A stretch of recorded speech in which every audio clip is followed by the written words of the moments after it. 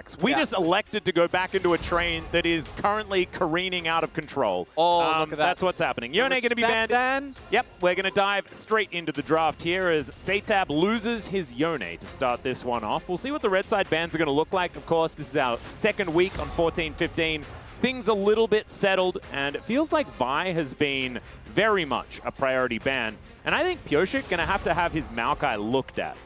Because the other tree has been permabanned against him, but he's just been picking Maokai and winning. Yeah, I think Maokai in general should just be getting looked at. The problem obviously here is going to be, do you want to give them Rumble? Probably not. Do you want to give them Maokai? Also probably not. I do think that the Rumble, even though it is still really strong, and I can't believe I'm saying this, it feels like it doesn't feel as we are guaranteed to lose the game as it did before. So I agree. Perfect has obviously had, like the rest of the team, a bit of up and downs, but I do think that he is generally a very consistent player outside of some specific positioning when it comes to being on the weak versus strong side of the map. But we have seen the Cannon come up as a pretty decent answer into the Rumble. The main obvious issue here, as the Cannon will probably get locked in there, is that Rascal individually just hasn't looked good. Unfortunately, this is a player where 2 years ago, when he was on KT, we were so sad that he didn't make playoffs because he individually was trying to drag that team kicking and screaming into playoffs, and that is just not the form that we've seen him in throughout the entirety of this year. As the Rakan gets locked in here for Plata. Plata, unfortunately, after I think a really great spring, another example of a player that has seemingly lost so much of his edge, and we see this often with teams that have just been kind of on the receiving end of beatings for the entirety of the year.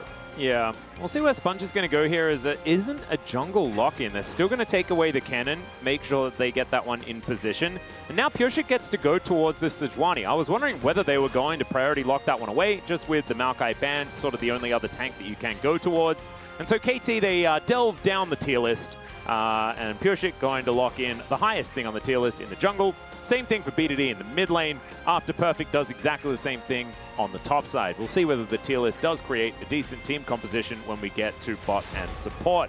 As Zeri is going to be taken away. So Teddy on a hyper carry. Certainly if you're a Teddy fan, you'll feel pretty good about that one. So that is the core that they have already. Still looking for a mid lane and jungle. And so we're going to see a whole bunch of jungle bans coming in here from KT, I'd assume. Yeah, I was wondering about this. If they were going to just ban Kalista to deny both Beryl playing some of the more esoteric picks and then the Kalista Ashe that we obviously saw, but they're going to start with Ashe. I think they might still ban Kalista. It's going to be the Senna instead. So not as afraid of some of the more traditional setups, and what is the strongest one that's remaining would be Kalista Renata, which obviously into Rakan, like it makes your life a little bit awkward, but I don't think that is necessarily as punishing as some of the other engage supports where it really becomes nigh unplayable. Senna also takes away a lot of the creativity that is there. And really interesting, between the Yone, the Vi, and then I was about to say the LeBlanc, but even adding Yasuo to that, very clearly KT respecting a mid-jungle 2v2. And that makes sense because Sejuani, Corki, they're great champions, but that's not a strong 2v2. So we'll have to see what ends up making it through here. And I kind of love this. I kind of love this. One of the biggest issues that we've seen with Cannon specifically is that teams have gotten used to playing against him as well.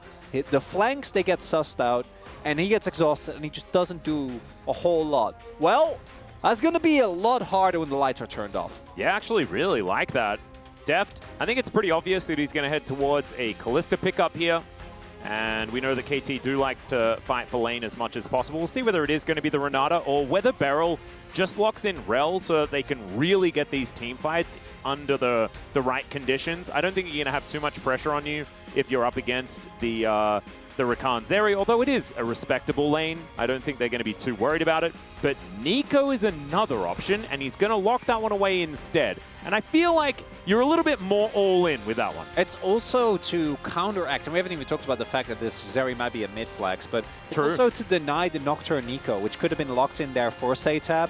So then they would have had the combo that we saw really, I think it was spring this year. Where it kept coming in. We'll have to see what goes where. My assumption is it's Zeri mid, and we have the Ezreal in the bot lane. Ezreal is a lot safer compared to the Zeri. Zeri obviously suffers from range and does actually have to walk into effective range of the Nico. and the Kalista.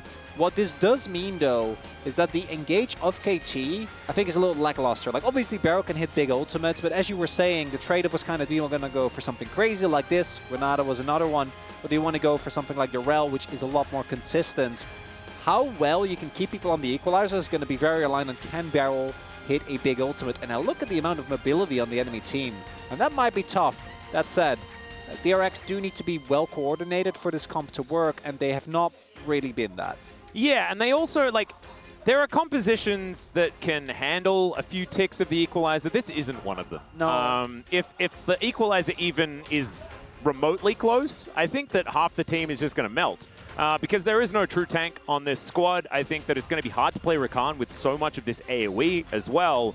But I think it all comes down to how well KT can actually play out this laning phase. I think we've come to trust BDD on his Corki. Perfect has been pretty great, to be honest, on the top side of the map, but we'll see how he is going to do on the pivotal Rumble first pick here as DRX. They do have the counter pick opportunities in a lot of different areas. There's a lot of shenanigans with the Zeri being flexed towards the mid lane and the return of the Nocturne. See whether Sponge can get it done. Let's jump into the rip for game number 1.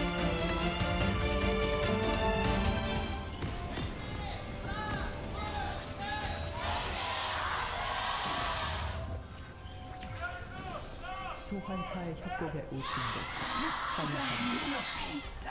환영합니다. Did anyone else hear that? The little bit of a shriek? That was a bit of a shriek. I also think that the KT fans have a sense of desperation that's very, Oh, yeah. very valid. That's good. I Never don't trust. What was the little squeal, though? Because that wasn't desperation. It was more just like, we love you anyway. You know, that's what it sort of felt like to me from the DRX fans. Because, of course, you know, ever since especially 2022 when they came back after winning Worlds, they did pick up a whole bunch of fans, even though that entire roster did leave. A lot of residual love for this squad. Oh. So that they can get themselves together. What are we oohing about? The Swapperoonie that's coming through here, which is a good way to both deny the, particularly the early levels of the Renata, or sorry, the Nico and the Kalista, and then on the flip side, making Rascal's life a little bit easier. When they're going to spot this. Also, when you are the one setting up the lane swap, obviously, as we've mentioned many times, you are going to take a hit in terms of your power when it comes to the plates, because you're trying to hit a turret that is a lot more beefy.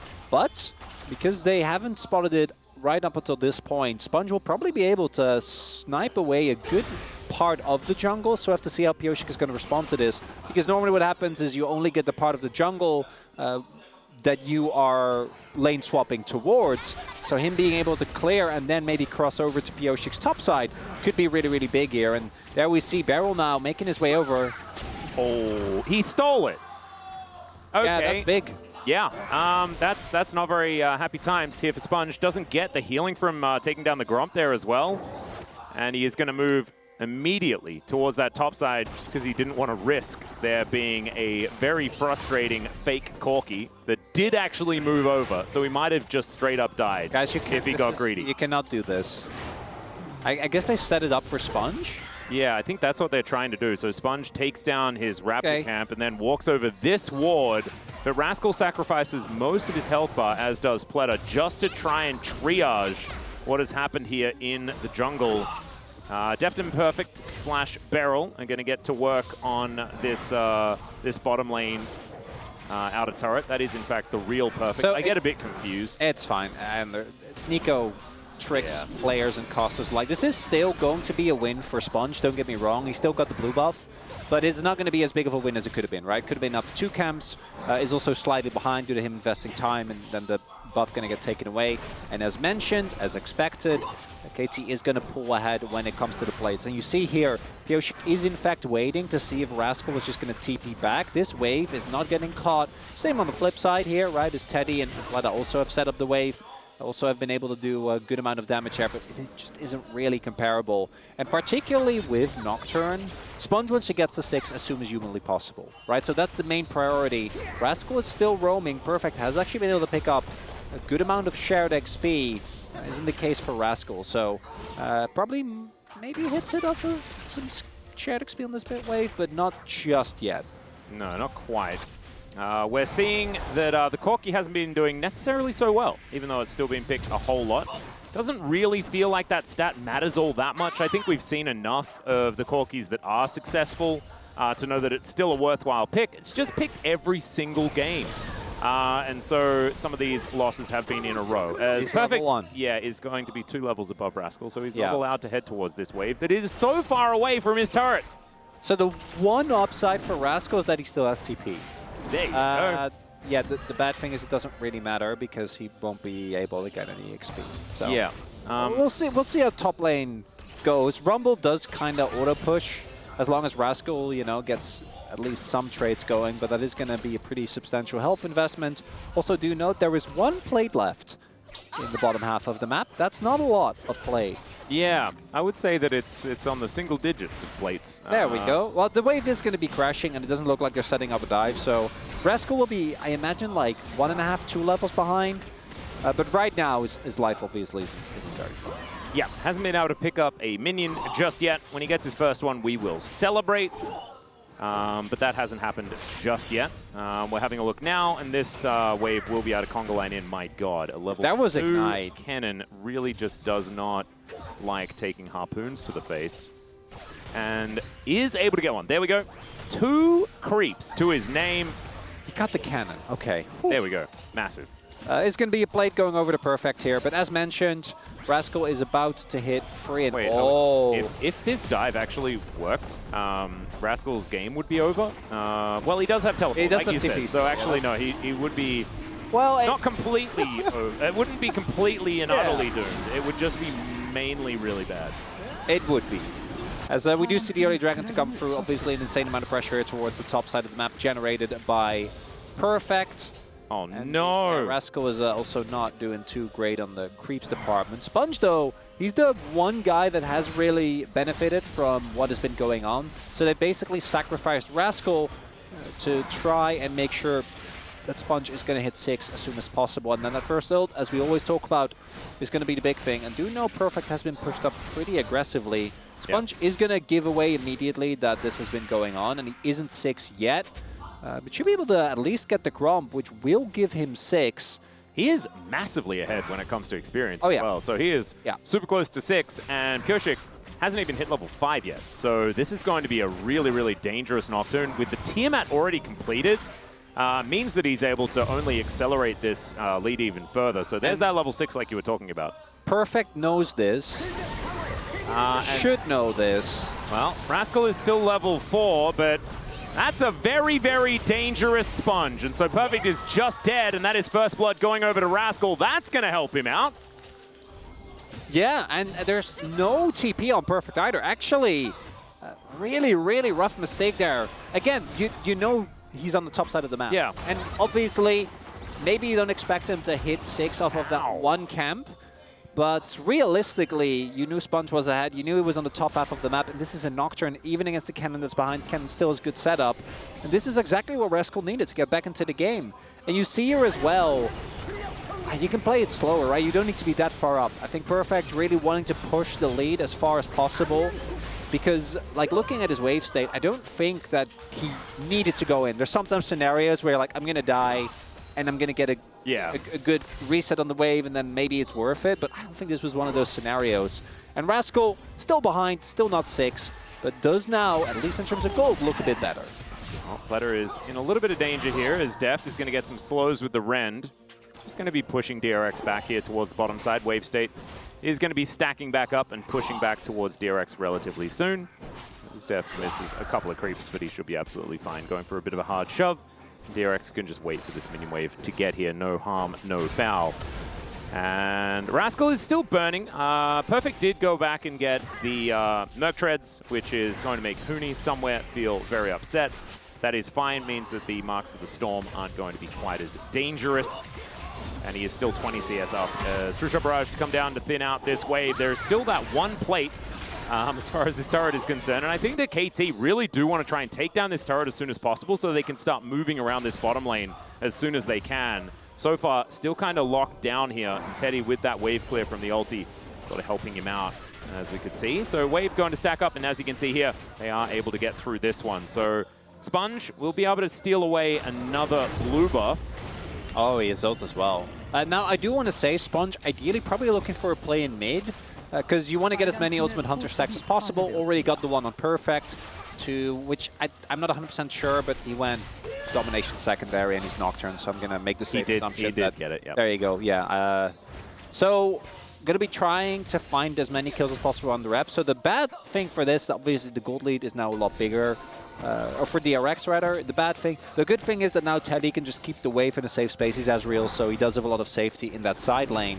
The main issue now for DRX is going to be how does KT move Deft and Barrel around the map. Barrel is, I assume, going to be close towards that level 6. That's when the Nico becomes a really, really big deal. A lot is going to come down to which extent DRX can use this dive combo and actually sync it up. Because their team fights, Atlas, have not been great. And KT, we don't know. It depends on the day. So far, so good. Yeah. All right, CTab, he's moved up towards the top side. BDD is going to match him. And we do have the 80 carries in the mid lane. So it's now a Kennen in the very, very long lane. Just some more sacrificing here of poor Rascal.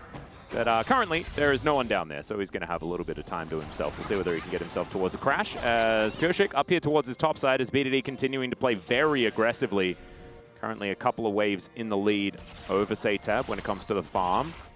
Yeah, issue here is that there's not a lot of great setup coming through from the Zeri. Mostly just damage, no W, but it's about to be ready, and it's tough. If they can get Planet in the play as well, that might be enough, but Planet got spotted on the wards that were there in the topside jungle. 6 grubs would be really big here, but looks like KT, while that was happening, was looking for this play, was able to sneak away too. Still going to hit the threshold for the mites, but not going to feel nearly as good as it could have otherwise been. Yep. And so Sponge going to be able to take down this last one. Means that he's going to be able to continue his experienced domination over the jungle. Certainly good news there for DRX. But Purshik has actually done a decent job sort of keeping up after what was a little bit of a slow journey towards level 6. It really is a dire game to be a Sejuani, though, because the only one that can help you get your passive is Rumble. Yeah. Obviously doesn't have very strong autos. I guess what if Beryl turns into Rumble? Yeah, true. That works. Yeah, that works. So you've got like 1.5. Wait, does it count as half? Maybe it's like 1.2. Yeah, I don't know how many times Barrow is going to want to do that either. Yeah. Usually, I think we've mostly seen him become Porky, Callista, maybe he wants to go for. But it's mostly been just BDD. Well, that is going to be a reveal on the Ocean Soul. A little bit of a shame. We did have a Chemtech Drake up first. But there is a fair bit of poke kind of on both sides. Like if, say, DRX get themselves a few Oceans, that way if Perfect starts off with an Equalizer and there isn't enough follow-up to fully commit to a fight, then they're not going to get softened up in a massive way. There is the way to just sort of heal yourself back up. So we'll sort of change how theoretically KT are going to play this one out. But if KT continues stacking up these dragons, then the conversation is going to be more about, can we get to an Elder extraordinarily early in this game? Because the first Drake was taken down pretty quickly after it spawned, so we could be pretty early as far as the Elder is concerned if DRX just don't care about this dragon. Feels appropriate as well for both these two teams, and both these two compositions want to be the aggressor. By a pretty insane margin, right? On one end, you have KT wanting to basically throw Barrel in or find an engage with Pioshik, then layer the Equalizer, and Deft and BDD shred everyone that has some degree of health bar left. On the flip side, the DRX members, I think, are highly mobile, but as you mentioned, they are also squishy. So if you do get CC'd, I think DRX, their comp crumbles pretty quickly versus Pioshik, who did pick up the Locket, so he's going to at least help a little bit out in that regard. But then DRX, the Nocturne ult usage in particular, for me, is going to be what makes or break this. That and how well Rascal and Plata can use that chaos, because DRX, as a 5-man dive unit, I think is even more impressive than what KT have, right? Like, Def needs to be at least a little bit careful. Same for BDD. CTab will just be throwing himself into 4 or 5 people, depending on the angle that his top and support are going to find. Yeah, it's going to have to be a little bit of self-sacrifice, I think, by a few of the DRX players, namely Pleta and Sponge, to get these fights started. But like you were saying, if Rascal can play around it well, then there is a big opportunity. I'm really worried we're going to get like one really cool fight that is just immediately blown open by one of the teams where they just hit the shot, and then that's just going to be it. Because both these teams from behind Atlas, they're not great. No, it's not quite going to work. Right now, no team is really behind. It's 1,000 gold the lead for KT, but it doesn't really matter. Equalizer going to come down as Rascal steps off it, but he's still going to get caught by that Harpoon. It does have to vacate. That's a bit of cool walking. Might be enough for them to try and make a play on this Herald. Could be an opportunity. Let's see whether KT are going to be able to still utilize their numbers advantage as Rascal's going back. Yeah, exactly. That is a decent flank angle, and he does have the Leandries completed here as well. So Rascal, big spike, and with that that teleport and the fact that he still has his ulti is a big deal. So KT still going to start this one up because, of course, they're KT. Beryl still does have that level 6, so can be very pivotal. Without Equalizer, I think that DRX should feel confident to take this. Well, still going to be a Glacial Prison connecting here onto Sponge. There's the flash forward. They find the Pop Blossom. Sponge is going to get taken down first, but he does get the ulti out. Still the Teddy's going to get exhausted. That is going to be Rend popped, and Satab solo, the flash forward, and Def just cleans it up. It's a triple for the Callista, and I guess they just didn't need the Equalizer. Yep, not looking great there for DRX. Rascal even invests the TP, but it doesn't matter. Summoners used, but it's KT that are able to pull the trigger there. Wonderfully done by Pioshik, and Sponge. Oh, really caught off guard on that one. Spell Shield could have made that whole play not work out, but wasn't able to get the timing right. And then basically everything snowballed from there. The Nocturne able to be used defensively. Rascal also... I think it was catching the bot wave, so the TP timing was also not ideal, right? Ideally, you'd have him TP in the moment that this happens, but look at Pioshik here, using the vision. And I gotta say, I think there was enough time to spell shield that. That could have been the difference maker. And then the TP comes in, but at that point, the fight is already lost. Teddy gets exhausted, so him being amidst multiple people just ends up in his death. And then Deft lives his best Callista life, hopping forward after that flash. Yep, and there's the round of applause, and I get a little bit caught up in the team fight because I saw the exhaust go down. I'm like, where is the cannon? Where is Rascal? And he was just too late and sort of like went in and then lightning rushed his way out. He's like, I guess you guys are dead. Yeah, on one hand, Rascal's TP timings have not been great, but I also understand you want to use the TP when the Nocturnal comes down. Yeah. Because, right, that's the whole point of the combo, is that they can't respond to the TP that they can't see. But I wish they would have been more proactive about it, because whoever is going to be proactive is probably going to look better. And now KT, huge gold lead as this Drake fight commences. Yep, they have an Equalizer this time as Perfect, waiting on a flank angle here as Beryl moving on over, wants to find his angle, does have his Pop Blossom back up and available as there's the Equalizer, but it steals the Drake! Oh, okay. Well, now Pop Blossom's going to come on through just to try and get rid of this cannon. Rascal going down extremely low, but Beryl is going to pop as well. There goes the Nocturne. Satab's getting chased down by Def, who is so incredibly fed at this point in the game. They'll grab themselves Soul Point, they'll win a team fight, and KT are off to the races. Oh, back-to-back disasters in the fight. KT showing a continued level of dominance here. Just a lot cleaner with it. Then DRX, as we take a look here, obviously the Dragon Steel, very unfortunate. That can happen. Oh, okay, so it was a smite combo, I guess, with Pioshik as well? Yeah, I mean, it's also Pioshik being there threatens the 50-50, so there is more pressure. Yeah. But then here, Pioshik not overdiving, able to get out. Yeah, they sacrificed Beryl, but he got the job done. He kept the cannon out of the fight. And then again, as long as the health bars are full for Deft, for BDD, makes their jobs very, very easily. KT looking miles ahead, sitting on soul points. Currently almost getting close to, what, like 5k advantage here. And for DRX, they might get one more Hail Mary fight, but it's got to be an incredible one where they basically take BDD and Deft out right from the get-go, and Deft still has Cleanse. His Flash is about to come up. BDD still has Flash, and Beryl has Exhaust, so that's much easier said than done, Atlas. Yeah, and it's also a Terminus that has been completed now as Beryl is making his way down the lane, seeing whether he can find Satab. There's a Pop Blossom, and it's going to get a dash. Still, sometimes you got to go for it, you know? Yeah, it's no His harm. flash is There's not really any now. objective that I think is going to come for. And to be fair, if he has to flash for that, I don't think. They were pretty far up the lane already, so I don't know if he would have gone for it. Actually, it's Barrow. I take it back. He probably would have. Yeah, he would have flashed if it was possible. Still, I don't know whether it would have necessarily been the best idea. Sometimes when you're playing Nico, you just have to go for it. You know, that's the main thing.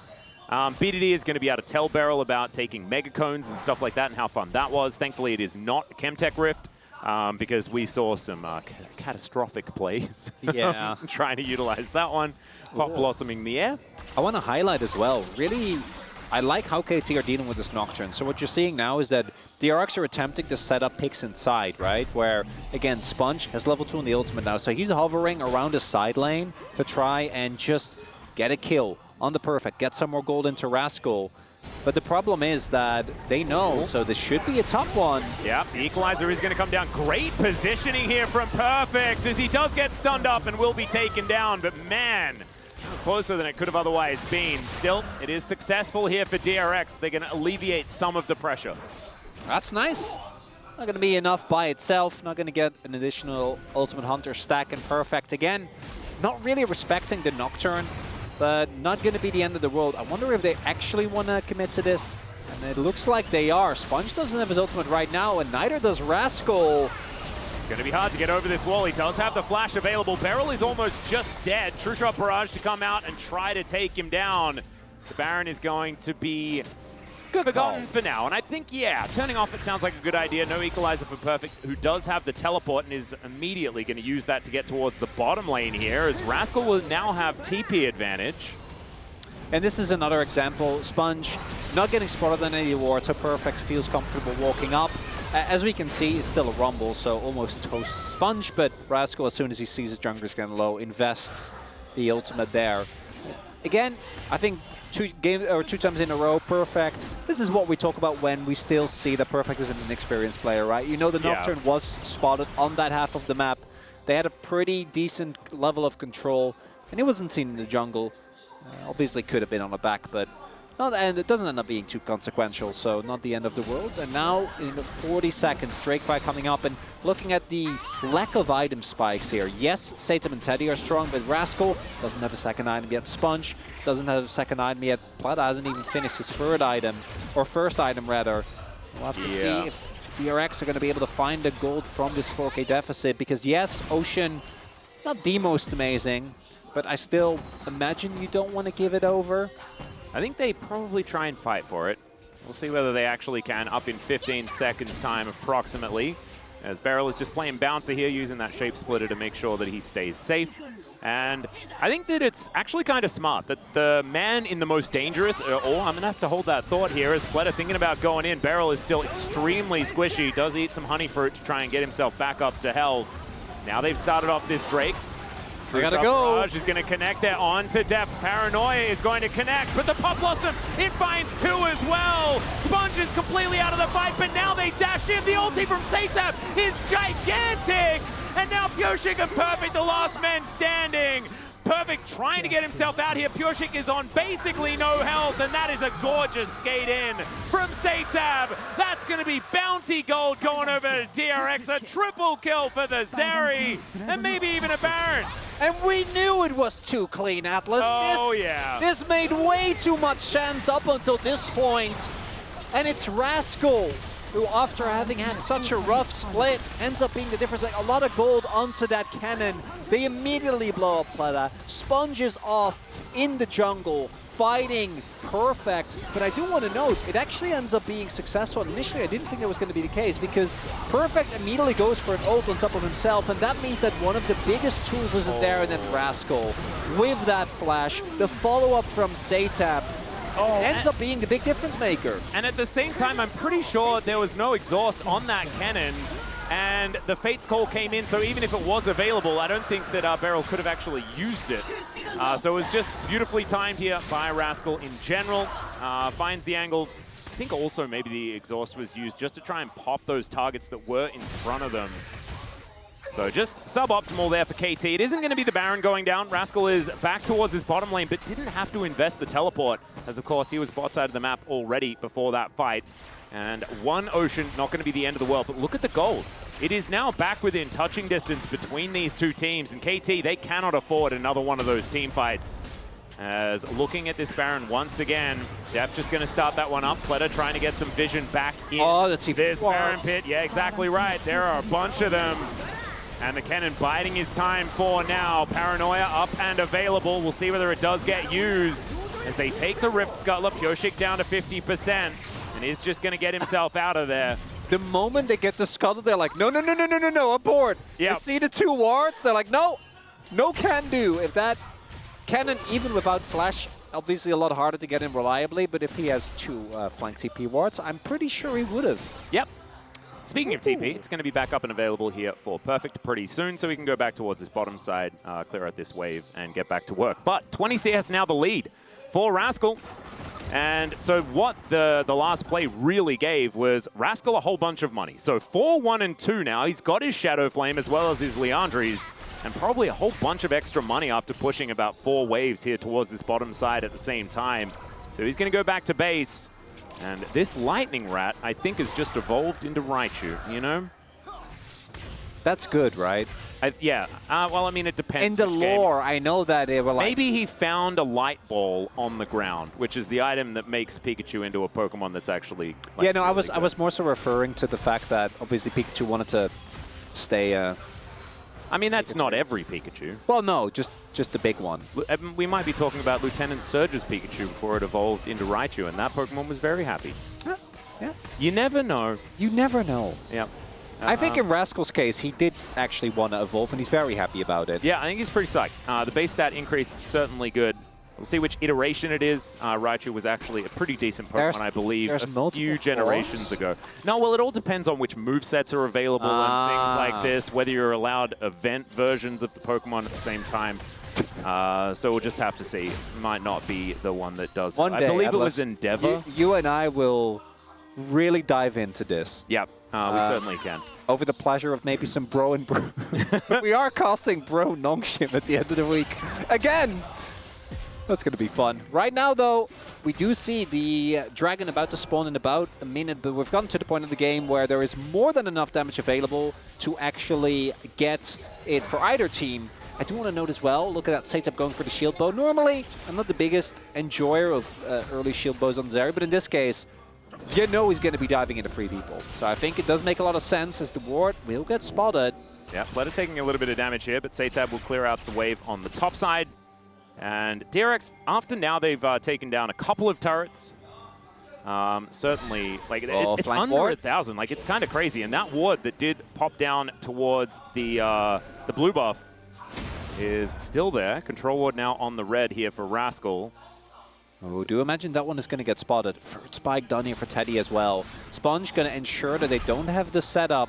But this is the dangerous thing for DRX. And the one thing they need to avoid here is over-invest towards a relatively worthless Ocean Drake and then get immediately traded on with the Baron. But like, look at the wards. Look, there's 3 wards here. Even a ward there towards the top side, although that one obviously is very far away. So they're not going to be able to deny Rascal entry to the fight.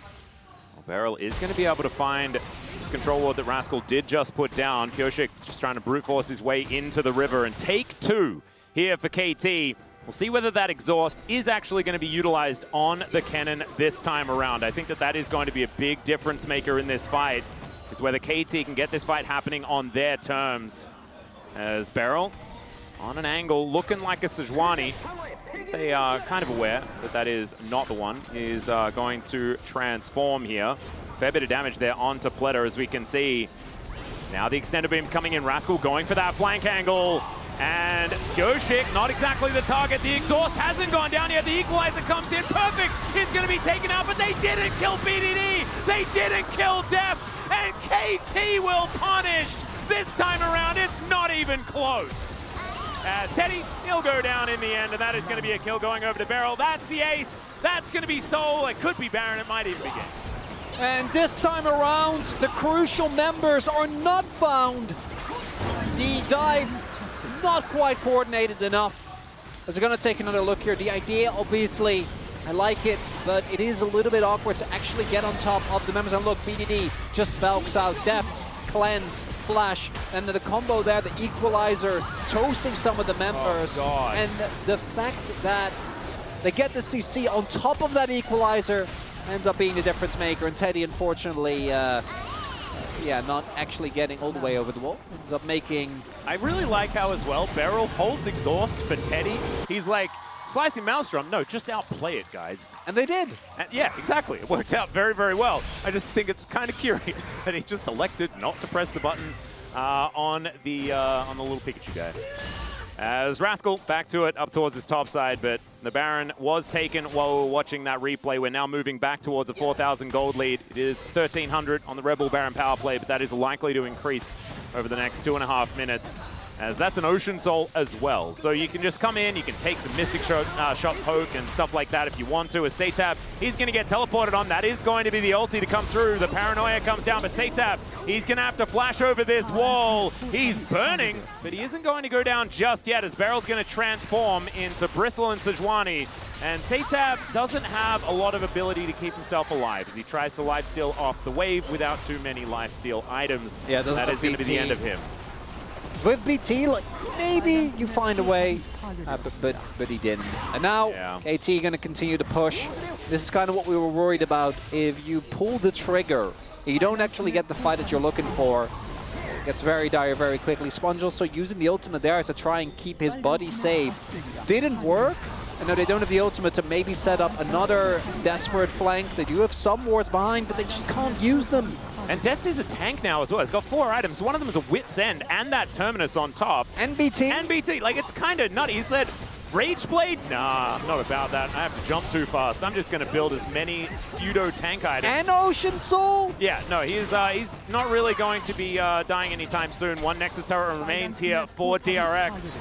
As KT, still with a minute left on this Baron, they are just going to move on over and take down this mid inhibitor turret. They'll take the mid inhibitor as well, get another wave in amongst this to try and continue their siege. The big ones starting to really hurt here as the Glacial Prison going to get Arcane shifted out of there by Teddy. That was very good. But now Rascal needs to spend some time on the fountain. He's not going to be there to try and defend this as the Paranoia comes out yet again. Pleta looks for the back line, but he's just going to get burnt to a crisp. And then the snare comes in from Beryl. Rascal can't find anyone with the ulti. It's a double for BDD as the exhaust down on Teddy once again. Make that one a triple. Is this another penta? It's not, because Perfect is going to take away the 4th one. Sponge is going to deny the kill, and there goes the Nexus. Only 11 assists left here for Beryl as they take down game number 1. We'll see whether they can get them in game number 2. So important, though, for KT to win this game, especially if they can win against DRX 2-0 here today as far as making sure they're getting towards playoffs. A big win here for KT, regardless of how the series is going to end up. After that one, I think we can... You know, we did a little ride on the roller coaster, but nothing too crazy. And to me, the bot lane was the crucial point. On one end, I think Beryl with his knockups, his team fighting, his decision of when to use exhaust was amazing. But I know that his damage numbers don't look that high, but I gotta give credit to Def. I think this is a really hard game to play as a Kalista. I'd agree. And he ended up with a pretty immaculate KD. A lot of lost hits in that, but I think that we saw how important DRX found him and how much damage was tried or thrown into him, trying to take him down. We'll see which of those two is going to get it. Even Yoshi got a great game. I think for Perfect, a bit less, but it didn't end up mattering. His equalizers in the fights, still what they needed to be. It was absolutely great. I think Beryl as well probably going to get a few votes because he played Nico, and that is pretty cool. It's now time, though, for us to go to a short break. When we get back, D-Gun and the gang are going to break that one down, and we'll have game number 2. We'll see you there.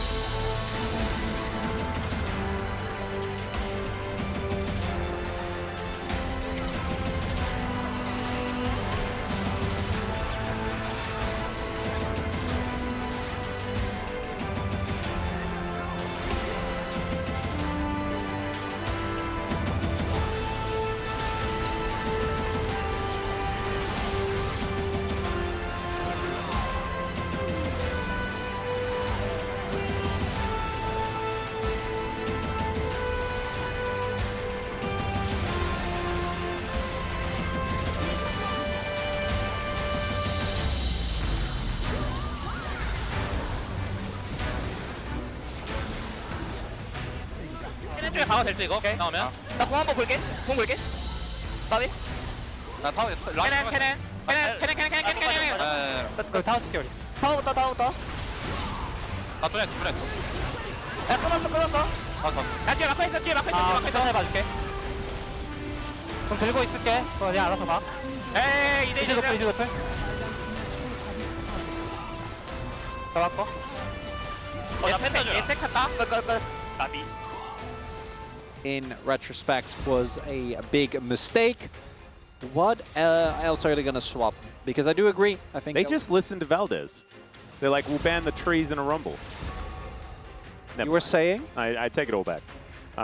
It's once again Vi. We're going to have an Aurora ban, and then it's going to be Maokai. Or is it not Maokai? It is Maokai. So it's the same. They're going to pick Rumble. Yeah. Who do you call? Stop throwing it over me. Stop letting me deal with this. Okay. This is, again, this is fine. We can deal with this. Yes, Rumble is still insanely strong. Nocturne going to be priority picked, and Rakan again. Take it away, Atlas. I'm not saying. Oh, okay, there we go. Sejuani and the Corki going to be locked in here by KT, as once again they are treading down the priority list when it comes to champions that are really strong. That is once again going to be the Kennen locked in. Last time around, of course, it was a Nocturne pick on 4. No. What? No, they're just doing the same thing, Atlas. Yeah. They're banning Kalista this time, right? Guys? I assume they might ban Kalista this time, guys. Please. Okay, Zeri's banned. Yep, so we're going to have a different thing happening somewhat. I don't know whether it's going to be better, but it will be different. There is the Kalista. What I imagine is what happened in DRX scrims is just that this free core unit has been how they've gotten at least some relative success. We're going to try it out again here. Now, the Senna is obviously open. You can't go Rakan Senna. That's not a thing. So the Kai'Sa going to get taken away. Makes perfect sense. Kai'Sa is a tailor-made fit for compositions like this. You lock Ezreal. That one's kind of obvious. And then Seitab can end up going for Yasuo this time around. And you just run the same comp, but with Yasuo instead of Zeri, which I think is fine. I don't think Xayah is fine. No, it's not. Not a huge fan of that, especially picked into Ezreal. You are playing in the dive, but I always feel like, in general, there is a certain amount of dive where it doesn't really work anymore. Then secondly, you're playing into Ezreal, as you highlight. Yeah, I like this way more. And thirdly, Xayah is just not good right now. She's just not strong. Yeah. She just doesn't do a whole lot. And it's going to be Senna Ornir for the counter engage. I really like it. Yeah, I do think it's really strong, and it pairs up much nicer with the Rumble specifically. This comp is way more susceptible to getting dove, though. Oh my god. Do it. Do it. It doesn't make any sense with the comp, but do it! Yeah, all right. I almost wrote in BDD instead of Smolder there because, of course, BDD did debut the mid lane Smolder when they took down Gen G. An iconic match, of course. And it was picked into the Corki as well, I'm pretty sure. So Seitab going to try his hand at it, and we'll see how it is going to go. Once again, double AD carry, 0 tank, a lot of dive, and a lot of try to turn the lights off to turn the electricity on for Rascal. The idea of the comp has not changed. We've just moved a Zeri out and put a small dragon in. So the Smolder doesn't really work with the dive play, outside of you press your R, but that doesn't really do too much. But it is good into Ornn Sejuani, so that part at least is nice. Yeah. Also, I am down to find any Corki counter, because I am very sick of that Yordle and his plane. He's been terrorizing us for way too long. It's great rendition of the emote. Wonderful handwriting as well. It's really nicely done. It's a deft hand right there. It's also the first time I've seen double exclamation mark with a smiley. Like, did you see the tech there, where like it's 2 exclamation marks and then the dots on the exclamation marks are the eyes of the smiley? That's cool. That's efficiency right there. You love to see it. As DRX fans, you know, Sponge fans out here as well, we'll see whether this Nocturne is going to work out better this time around. KT Rolster, a little bit of a change-up when it comes to the draft, especially on that bottom side as Senna Ornn is coming in. In a lot of people's minds, though, it's an upgrade, and DRX going to be moving out the Zeri and get a different champion that can fly through walls, and that is going to be the Smolder this time around. We'll see how it works. We jump into the rift for game number 2. 소환사의 협곡에 오신 것을 환영합니다.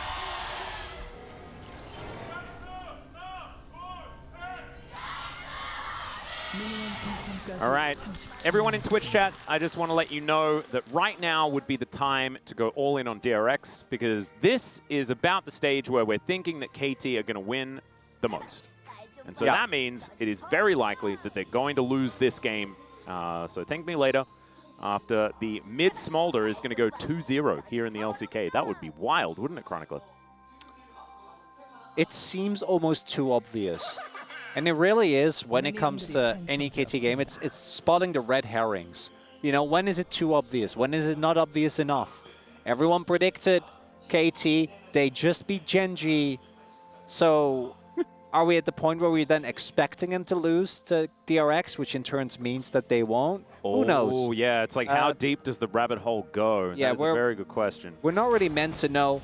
And the main thing that we are going to be looking at is how does the lane swap go this time around. Again, reminder, last time, not that great. This time, right from the get-go, looking a lot better. Yeah, perfect. Again? Oh my god. He is Alcove Gaming for the XP.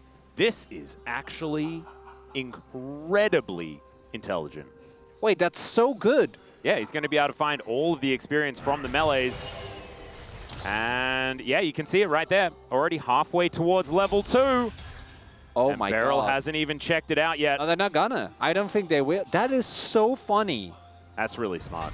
Well, so he's going to be able to pick up, like, at least the larger part of that wave. He does need to... Oh, God. Oh, no. Oh, no. Oh, no. He's spotted, but he does have Lightning Rush. That's fine. Yeah, it's just going to take a little bit of damage. Should be totally fine. Yeah, guess level 2. And that is beautifully done. We'll be able to help him out in that laning phase. Man, what a heist. Yeah, really well played. Still, Perfect now on a ward. Gonna just pay a visit over towards Satab. Unfortunately, Perfect wasn't able to alcove game quite as hard as Rascal, and is now going to find said Rascal. He only has one ability. As it turns out, Perfect's ability is just a bit better. So Rascal is not going to be able to stick around for too long. But still, a little bit of a better start here for DRX. We'll see how it is going to go. You can see well on track as the clearing is coming on through. And now a teleport in from Beryl. Okay, this looks good initially. We'll have to see, because I imagine that DRX are calling for a dive onto this Ornn. But Beryl, even if he dies, if he gets this wave, it's not a bad trade. And yeah, he's invested. Yeah, double TP. And actually, it's kind of amazing, because they have the 2 TP. So it's 2 people under the turret. And so it's a little bit more difficult as Teddy is getting burnt down. There's 2 individual 1v1s happening here towards his top side. And it's 2 teleports, yes. But no one dies, and they pick up all of the experience.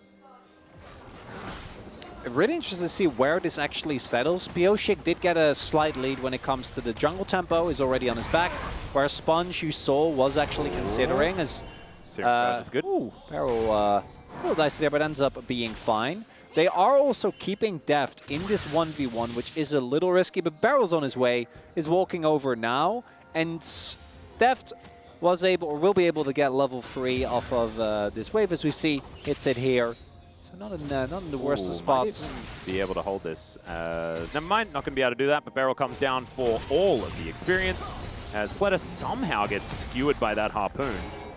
Man, look at suboptimal. You see how little damage that Demolish proc did? Yeah. So sad. That's the value of the early protection on the turret, but it does mean that normally you implicitly accept when you lane swap away from your bot lane that you are going to lose when it comes to gold. That's not really the case. So I think DRX are pretty happy how this swap worked out. Rascal was also in an infinitely better spot when it comes to experience.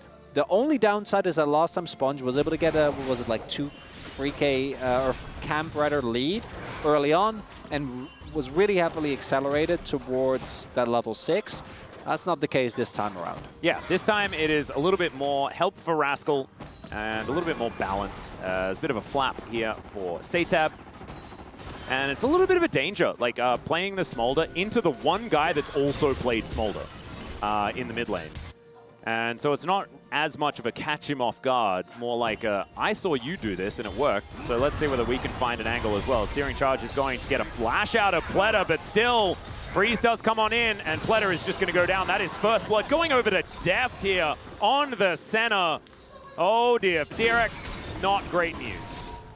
Really, really rough there for Pleta. Gets caught off guard. Rakan is one of those characters where it's hard to lock him down, but when you do, goes down in seconds. Nicely done there by the KT bot lane. Early kill going over to Deft. He was going to be feeling great. He also has a little bit more farm than normally you would because he was in that lane alone for a decent amount of time. Ooh, Mum's going to come down. Pleta in the mid lane, but BDD with a fast bomb. Be able to get some work done here is perfect. Spots the fact that DRX are starting this one off. One grub is going to go on over, and now Perfect gonna have to flash away. That is a great interruption, but I think Perfect is still dead. Deft moves over. They need to kill Sponge here to try and even this one up, and I think they should be able to do so. The auto attack does come on through as BDD just gonna take his Corgi and look to see whether he can take down this spooky ghost. Is it going to be an execute? That is the question, and has he just managed to get a rocket back, and there's the flash just to make sure that he can get that 300 gold. That's not too bad. BDD had flash, so he was always going to get the kill. It's just a question of whether or not he would have to use it. So Sponge gets that. Sponge flashing in there was definitely very optimistic. If Rascal has 6, I think that's a play you can make work, but not really necessary otherwise, I do think. Do want to note that Setap actually going, I don't remember BDD doing this as well, but going for the Manamune. Yeah, no, I don't think BDD did go for that one. So yeah, Sponge going really, really aggressive here, and if you have Setap with ult, then that play might work, but it doesn't. He's kind of alone. Wastes a lot of time, but it's only BDD's time. And again, BDD still gets the kill, so he's still very happy with the amount of time that he spent. It's going to be still a win for KT. They pick up 2 of the grubs. They get a kill onto their Corki. And yes, Sponge gets a kill as well. Will be level 6 now, so still not too bad. But BDD has been pretty dependable when he gets these leads in mid. Well, perfect. Now back towards the top side. Rascal going to be pushing this wave in. About 1 wave behind, and actually that is going to accelerate as Perfect eats this one. He's actually going to try and put on some pressure here, but I think that just making sure that he holds a monopoly on these creeps is going to be a good idea. 43 CS to the 34 here of Rascal right now. Setap in this mid lane, like you were talking about, does have that tier stacking up. And BDD just slowly but surely making it towards a Cull completion and a Trinity Force. And I think that BDD just happy to play this one out as slowly as Setap wants. I know that it is somewhat dangerous against all of the scaling that you do have on the Little Dragon. But I think that KT do have a lot of tools at trying to take care of it. What with, you know, Pyosik and Beryl being massive tanks in this front line with so much extra CC. And of course, Smolder pretty good taking down tanks. But the thing is, if he's locked up, he does tend to explode.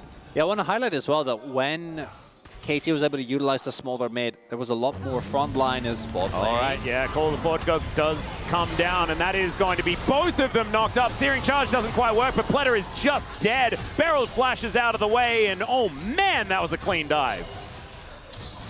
No notes on that one. Teddy, I thought at least would have been able to E. I'm not sure if he wasn't able to make it work. All right, let's see whether they can do it again here as Perfect doesn't have flash. He doesn't have a hope, as even the ulti from Deft not going to be able to save him. And Setap just have to be a little bit careful here as that rocket is going to miss. Pleta looking for an angle. Grand Entrance does come on through. Mom gets angry as well, and BDD could be in trouble. He's trying to stand his ground, but the Ignite's ticking, and there's the flash. Setap going to be able to take down the Corki. Definitely did need the flash. Yeah. I think it was okay. Invested nonetheless. That is 2 big kills going over to the DRX side. And Pleta was also still level 4. As we take another look, I'm like, did he get... I think Teddy got interrupted in his E animation, or didn't have E. And I honestly think if he flashes, it doesn't matter at all. Yeah. So, not too bad then. Perfect here. Again, realistically, his wasted this time around is a lot worse, but if Sponge is an ulting bot, he is topside when that play happens. And then here, Pleta, level 4, but actually really nice recuperation from the early dive. BDD obviously used his W offensively. And then here, he's burning down. And then unfortunate flash from Satap that he does as BDD dies. Yeah, it was not exactly what you needed to do. No. That's fine. Sometimes you're just like, you deserve my flash if you're going to die. Oh, you've earned it. You've Yeah, in combat. I get it. That's what it is. It's all about honor here in the LCK. As BDD and Deft just parked in the mid lane for the moment. Pyoshik going to start off these grubs. Possible 5 on the table here, as there is not really a Nocturne in the area, as Piercing Darkness is going to connect. It's nice that we're getting some Senna here before she is massively changed. Because, you know, I know a lot of people were kind of frustrated by the Senna meta, but I think that it's kind of cool having a champion that's so incredibly different. And Deft has been pretty good on this one as well. It was, of course, employed in Spring to take down Genji that other time they managed to beat them. That did happen 2 times this year, yeah. Yeah, it's kind of weird. OTP. Yeah, the Ram's going to come up. The flanking barrel is going to look for the knock-up. That's going to be Sponge locking down the Dragon. He uses the paranoia to get himself out as Perfect is going to die. Beautifully played. Can they get themselves out of here, though, is the question, as Mum comes down the flash forward from Deft, is going to get a snare onto Satab, but that's a beautiful quickness into that backline. Dawning Shadow, and they lock down the Lightning Rat. Satab gets exhausted as well. A very, very tired little Dragon, and that is a double kill for Pyoshik. Oh, Satab, if only you had flash, could have made it out. Love the turn there from DRX. Actually, really well done, utilizing Perfect as a get-out-of-jail free card for a Sponge. Not the best trade, but you did get the Dragon. And this time around, this Soul, my god, neither team should be allowed to have this one. Absolutely nuts on either Ezreal or Smolder or Corki. Senna and Corki. Yeah, not really fair, whoever ends up getting this one.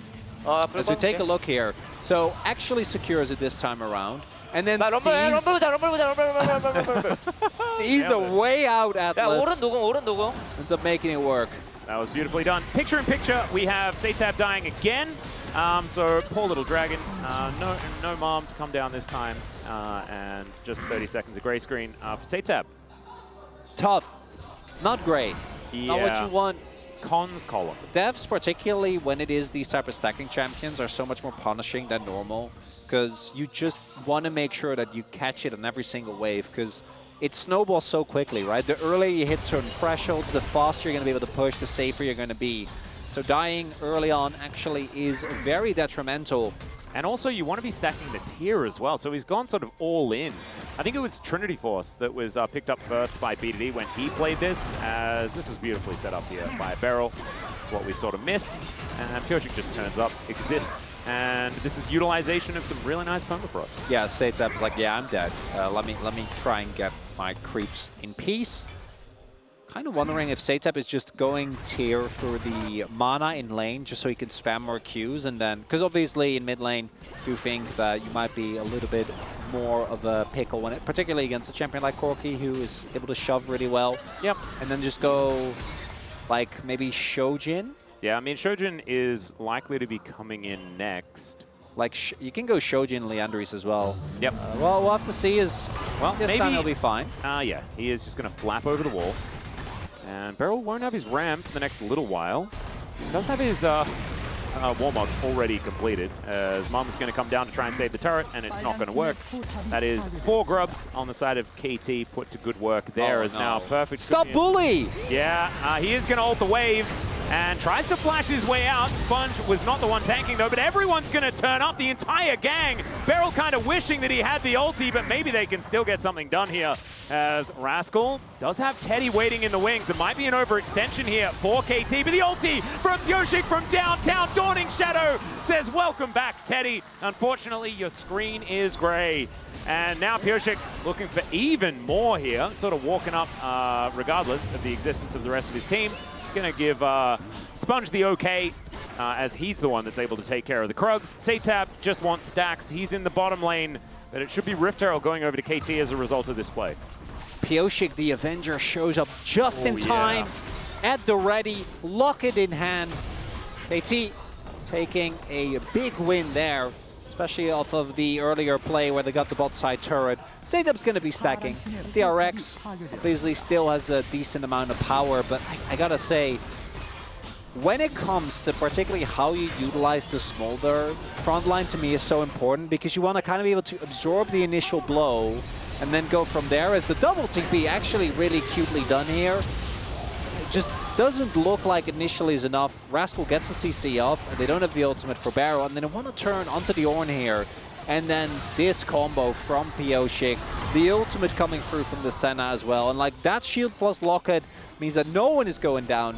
Overextension from DRX ends up getting punished pretty substantially, Atlas. Yeah, and now you've got Pioshik 4-0-3. He's got 2 items now completed, some brown bags, but a pretty cool green shirt and that shield.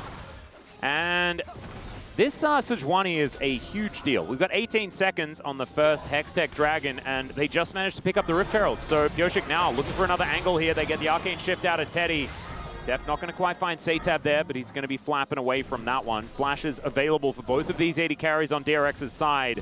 As Perfect will turn up towards the top side, does have his Equalizer back off cooldown right now. There's a flank ward for Rascal if they do want to look towards that. There it is! Yeah, Paranoia is going to come down. He's looking for that backline, but the Ram is going to be employed. Rascal gets in there, but the Exhaust is going to be used this time. Def gets the shield. They take down the cannon.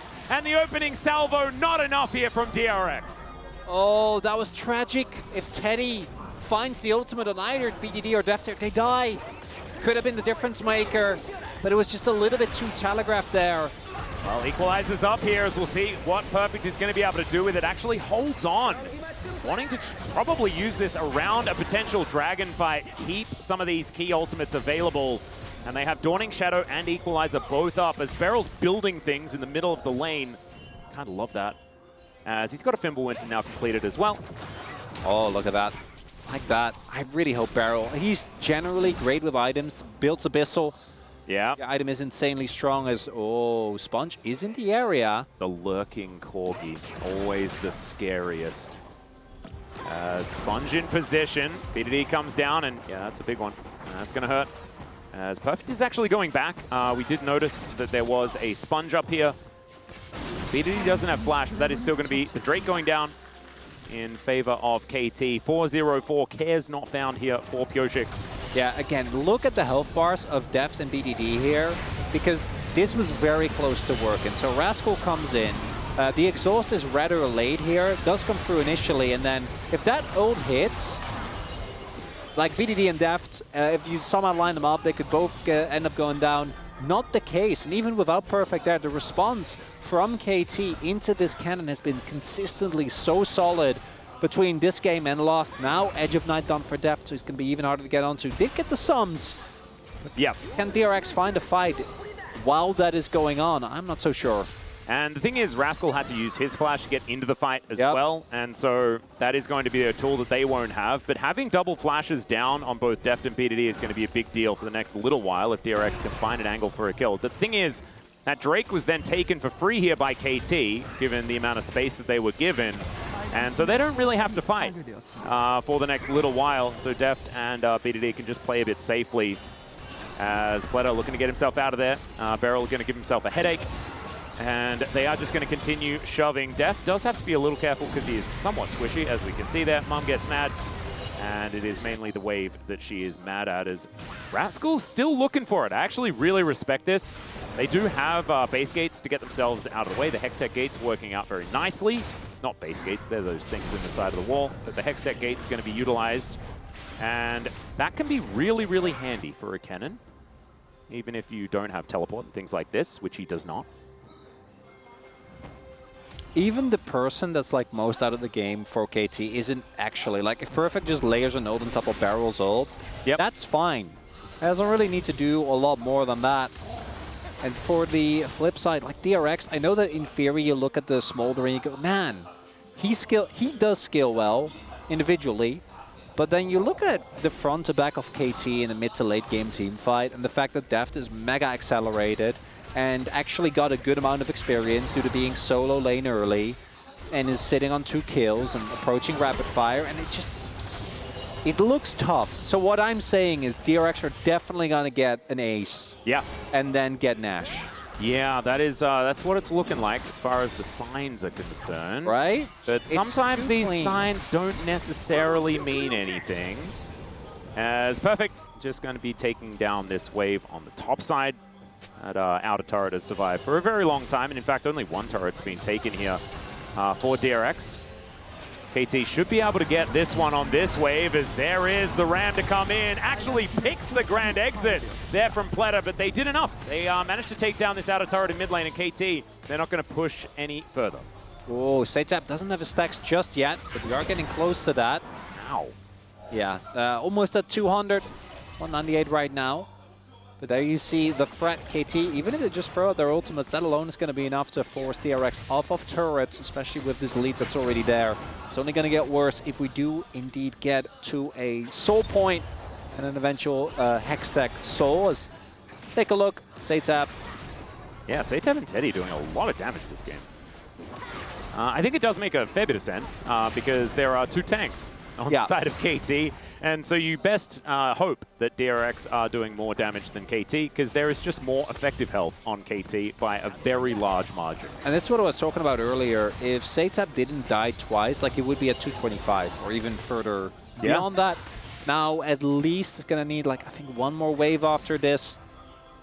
So a bit rough in that regard unless he can get some free stacks. And I don't think Perfect's going to give them to him. Nope. And that, like, you need to hit that. 55 seconds until the dragon is there. And I think he probably will be able to. But if not, like, that is a really, really big deal, Atlas, because that poke might be the difference between whether or not your dive attempt works. And there's two items on both of these mid laners, but like you were saying, that evolution not quite there for the Smolder and BDD. Trinity Force and Manamune, we don't need to talk about it anymore. We have 5 more assists for Beryl as well, ticking towards 4,000, so keep your eyes on that. When he moves up to 11, that's when we're going to be feeling pretty good about it. And he's starting to build Masterwork items as well. His Fimbulwinter has been upgraded. And so KT, this is getting a little bit worrisome. Still, DRX looking for some angles here as Beryl could be in a little bit of trouble. He sensed what was going on as he's going to pull these minions back. And Rascal does have TP, Slicing Maelstrom, everything at the ready, but the flashes are back up again now. KT, they can just go for it. Man. No. Wow. Absolutely unfazed. There's like 4 flank wards. Doesn't matter. Yep. Beryl's not afraid. Maybe should be. Yeah, he could decide to be afraid, but also maybe he just doesn't need to because he's got Warmogs, upgraded Fimbulwinter, and some like extra items. Yeah, he's getting close to his Jack shows. He's not afraid. No. Satap again. Doesn't have the burn yet. And look at the poke coming through here. Yeah, Teddy taking a fair bit of damage here. Banana Brush control here is king as Def looking for some angles, and Beryl's the one flanking.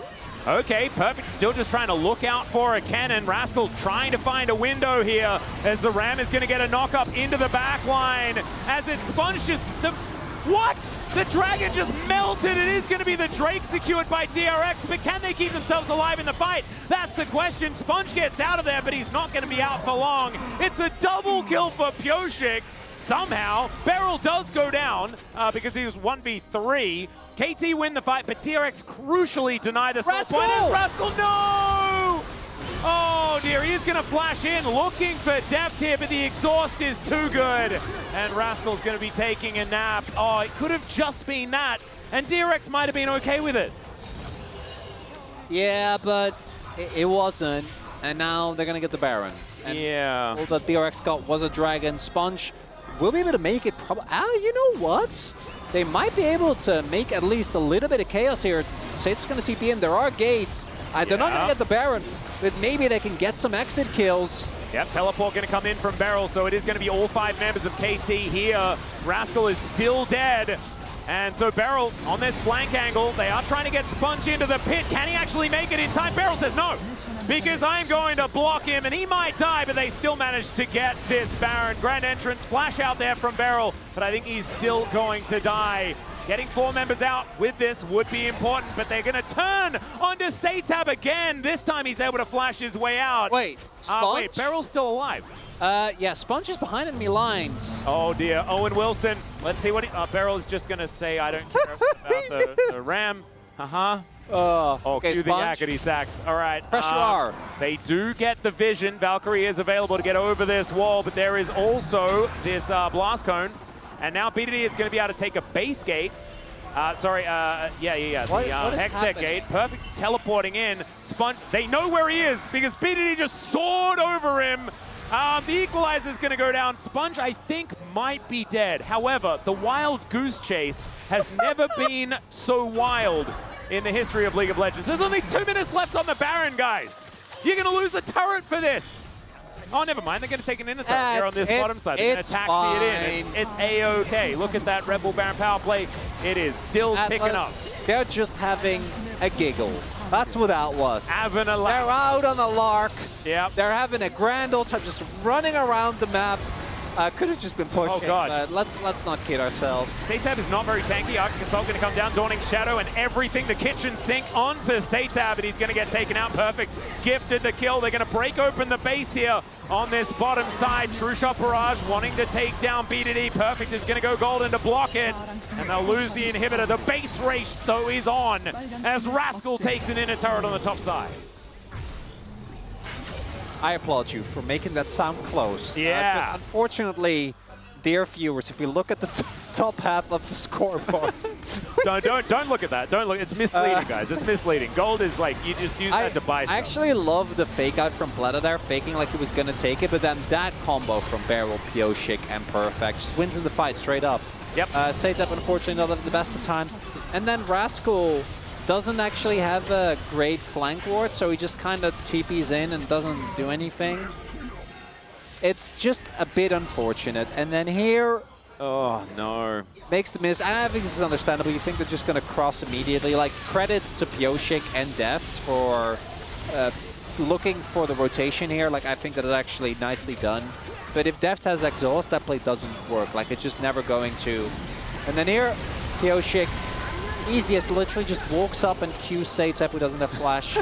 Yeah. It's a rough one, Atlas. It's not a, it's a take it away Chronicler situation where I kind of scramble and try to make it look good. Yeah, But well, I it's mean, not looking good. you don't need to worry about that. We can just talk about the Infinity Force that BDD has picked up here. That's not real anymore. Yes, it is. If we want it to be. Well, I mean, wasn't it never called the Infinity Force? I thought it was called something else. It was Trinity Fusion, wasn't it? So we're just gonna. Yeah, I've always just like called things whatever the heck. Oh, That's one right. time. Here we go. One Looking time. for that angle. Let's see whether he can get it here. Jonah Strong turning the lights out. We'll see whether Sponge is going to do the same. True Shot Barrage doesn't really do anything at all. It does not work. And the cannon is just going to sadly It's walk just- towards this inner turret. It's just another red herring, Atlas. Oh, no. Where we think it's gonna be cool. What is the color of herring that we need for it to be a fun time? Like a golden herring? I don't know if that exists. You know, in the Netherlands, a very popular snack is a raw herring on a bun. Really? Onion. Yeah. Wow, that doesn't sound that appetizing. I'm not a Maybe fan. it's delicious. All right, Beryl going to find an attempted knock up onto Sponge. He spell shields it. The equalizer comes down, and he's going to get smacked in the back by the Searing Charge. KT are extremely far ahead. Beryl has got too many health bars. It is kind of absurd. It's an 806 Sejuani here as well, who has just a luxury Abyssal Mask, because why not? Hey, there it is. Yeah. Woo! This is kind of ridiculous. Nexus turret's now taking damage. As Perfect can move up, doesn't have the equalizer, but he does have a flash. Grand Entrance going to be used onto BDD, but it doesn't really do anything at all. This Nexus turret to go down first. Only one remains as DRX are trying to hold on, and Rascal is going to get punished. That is going to be another kill going over to Pioshik. Dawning Shadow just for the shields. And Satab, he just wants some stacks, ladies and gentlemen. But instead, he's going to get permafrosted. He's on the fountain. There's the paranoia, as maybe the health bars are low enough, or maybe they're not. As, yeah, Deft can just heal people if he would like to, if he stops trying to kill people with his Piercing Darkness. And that's going to be the shutdown onto Pioshik.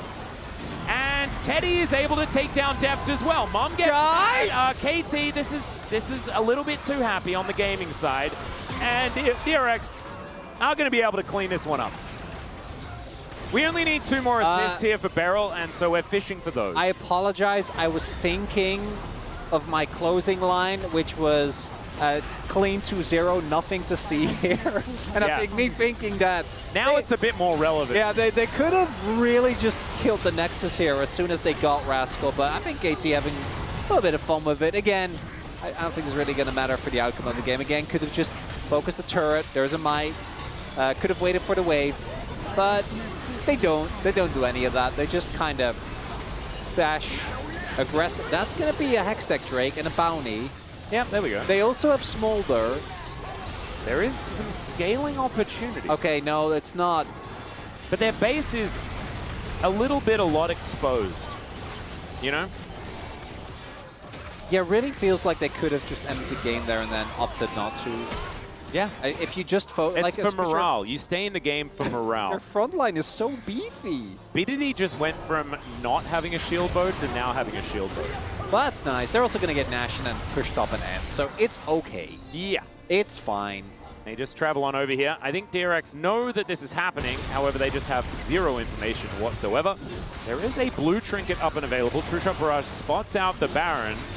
And Sponge... It's okay. He's not going to go for it. Just pull a Geo, you know? Just keep clearing those Baron waves. Yeah. That was when Smolder was a little bit different from what he is now. But, hey. Oh, Def just finished a GA. He's a bit strong. Yeah, it's still a clean 2-0, nothing to see here, Atlas. Like, I'm not... But DRX did manage to get Soul Point. They did. So there's that. There is a gigantic... Look at that conga line. As you can see, question mark ping is like, what the heck is that wave? That is absolutely enormous. There's a tsunami. Player. Yeah. Atlas right there. 100%. Whoa. It's like some of the peak Hawaiian waves, yeah. You know, those ones that people travel miles for. Cork is like, and oh my god. Look at BDD. He's like, let me build another that would have outright. that might with the cannon might have actually gotten the turret. I think it probably would have. Especially 32 minutes into the game. But instead, it's just money for BDD. So okay, but that does take the bite out of their Rebel Baron power play. I mean, last time they were just chasing Sponge around the map, so it's still probably going to be a bit better than the last one. That's my copium for you. They'll be fine. I'm not worried. If they throw another fight in front of the Nexus, then we can worry, Atlas. But right now, we have multiple Masterwork items completed. We have an insane front-to-back team fight. Deft has hit his third item. BDD sitting on 4 items as well.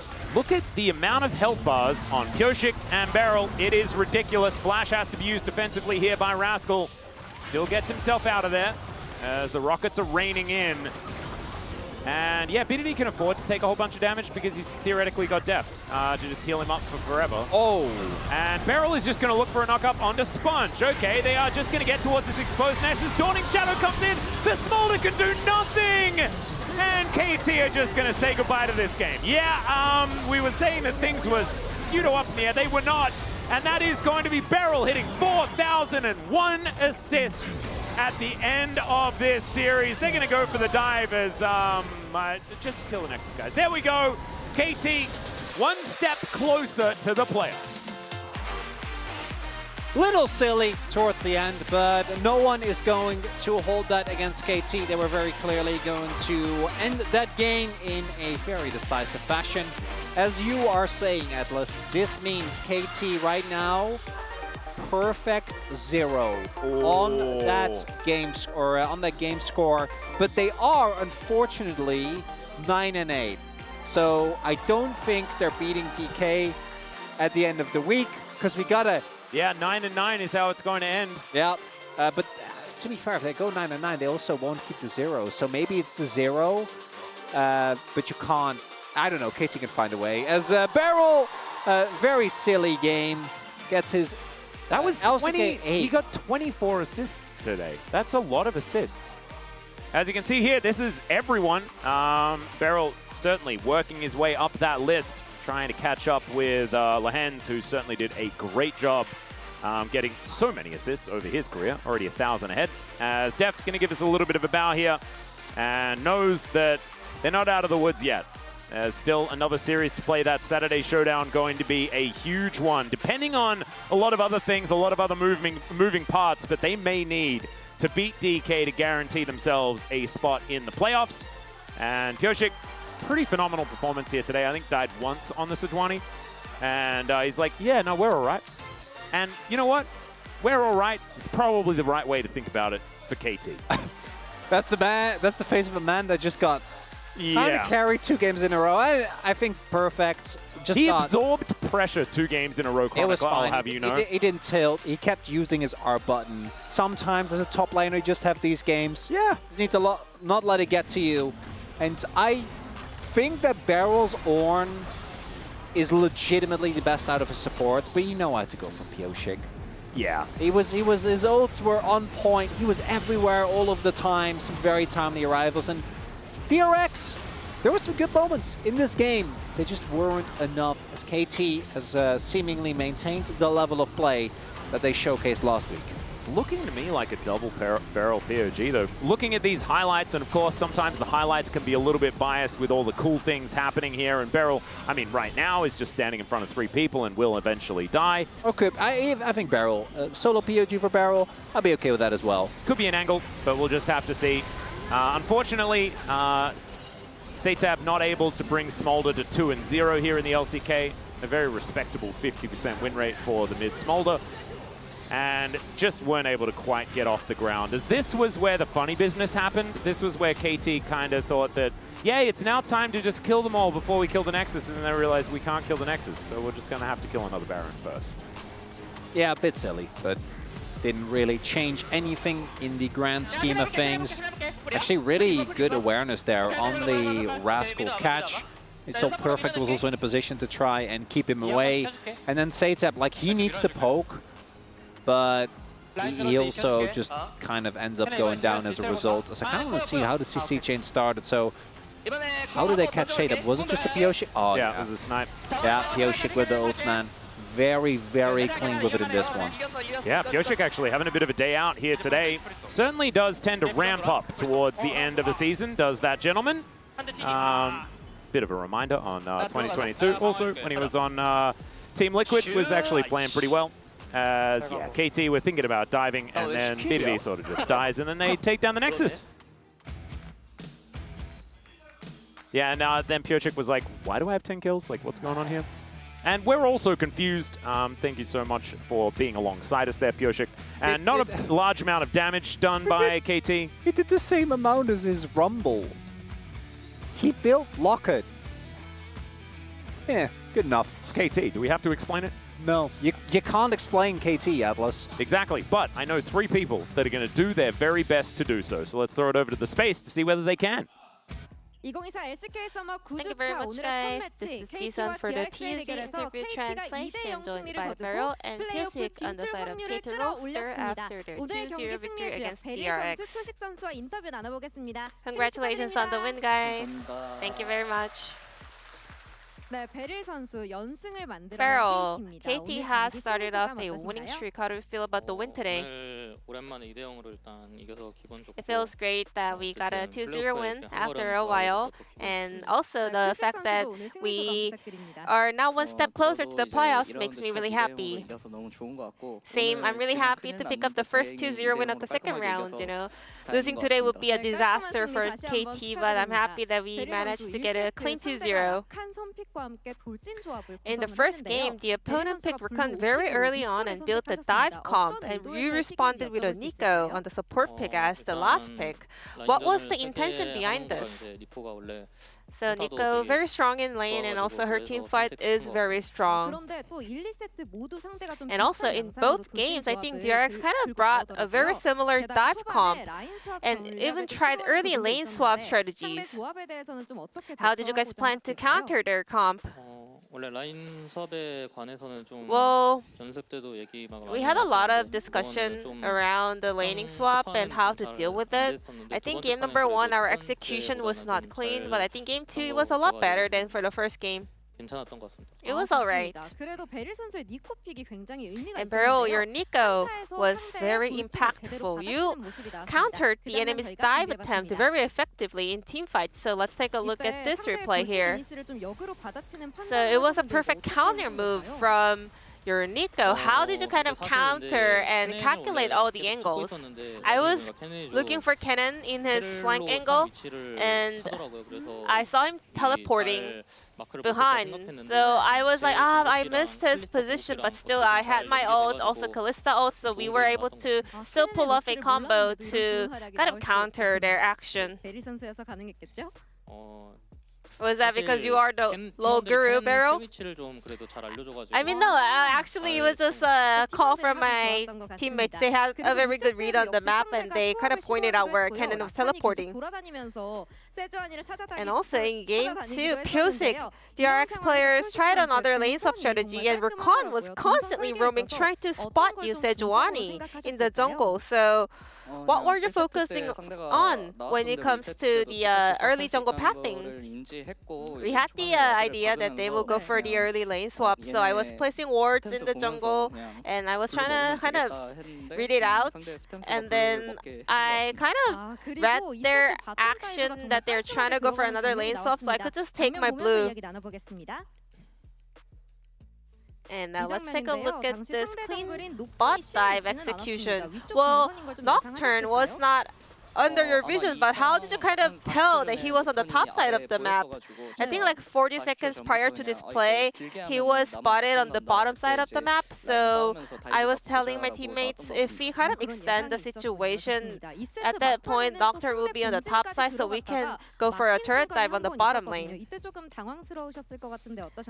Well, near the end of the second game, there was a moment when you were stopped after diving into the enemy base. Did that catch you guys off guard? I mean, we definitely could have ended the game there if we just focused on Nexus, but it was a bummer that we kind of slipped on that. And Burrow, you achieved 4,000 assists in the LCK, making you the first support to reach this milestone. You recorded 24 assists just today. I mean, yeah, it definitely feels amazing to, hit another milestone, but my personal record doesn't really matter. I'm so glad that I managed to win today's match together as a team with my teammates. Pyosik, is there anything you want to say to Barrow as a celebration? Congrats.